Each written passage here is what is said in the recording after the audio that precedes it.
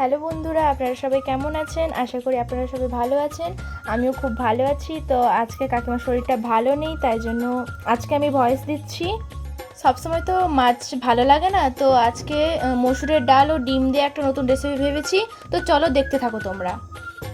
প্রথমে ভিজিয়ে রাখা মসুর ডালগুলো মিক্সিতে পেস্ট করে নিব। এই পাশে একটা পাত্রে দুটো ডিম ফেটে নিব। তো আপনারা চাইলে পরিমাণ মতো ডিমের সংখ্যাটাও বাড়াতে পারেন। ওতে পেস্ট করে রাখা মসুরের ডাল দিয়ে দিব। এরপর একে একে হলুদ গুঁড়ো, লঙ্কা গুঁড়ো, লবণ, কালো জিরে, গোলমরিচের গুঁড়ো, 2 টেবিল চামচ সাদা তেল ও চিনি দিয়ে ভালো করে মিক্স করে নিব।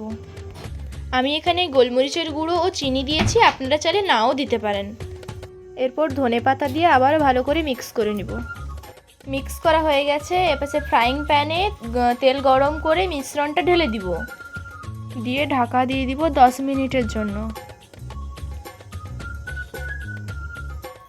এপাশে কেটে রাখা টমেটো, পেঁয়াজ, কাঁচা লঙ্কা, আদা, রসুন পেস্ট করে নিব।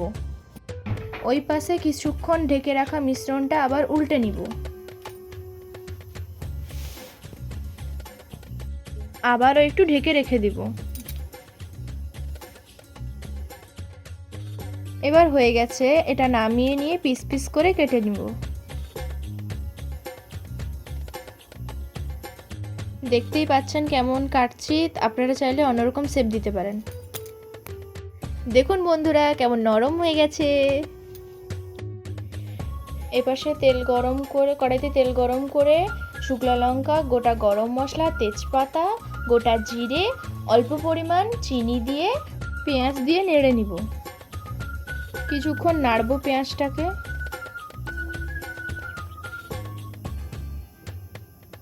তারপর পেস্ট করে রাখা মিশ্রণগুলো কড়াইতে ঢেলে দিব।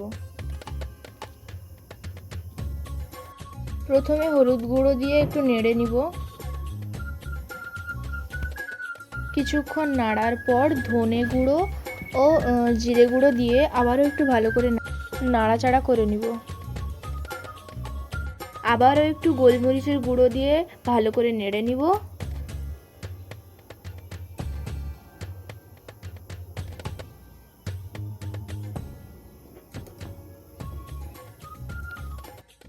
এরপর অল্প পরিমাণ লঙ্কা গুঁড়ো দিয়ে নাড়িয়ে নিব।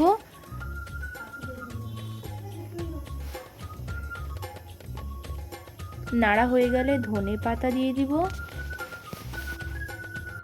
নাড়া হয়ে গেলে অল্প পরিমাণ জল দিয়ে দিব।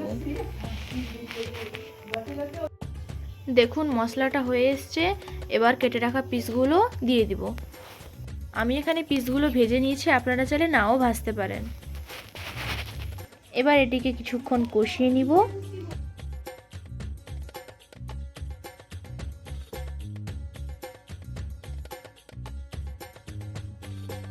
দেখুন বন্ধুরা এটা কষানো হয়ে গেছে। এবার এতে অল্প পরিমাণ জল দিয়ে দিব।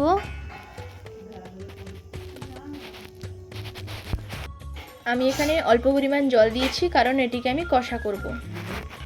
আপনারা যদি ঝোল করবেন তো জলের পরিমাণ বাড়াতে পারেন।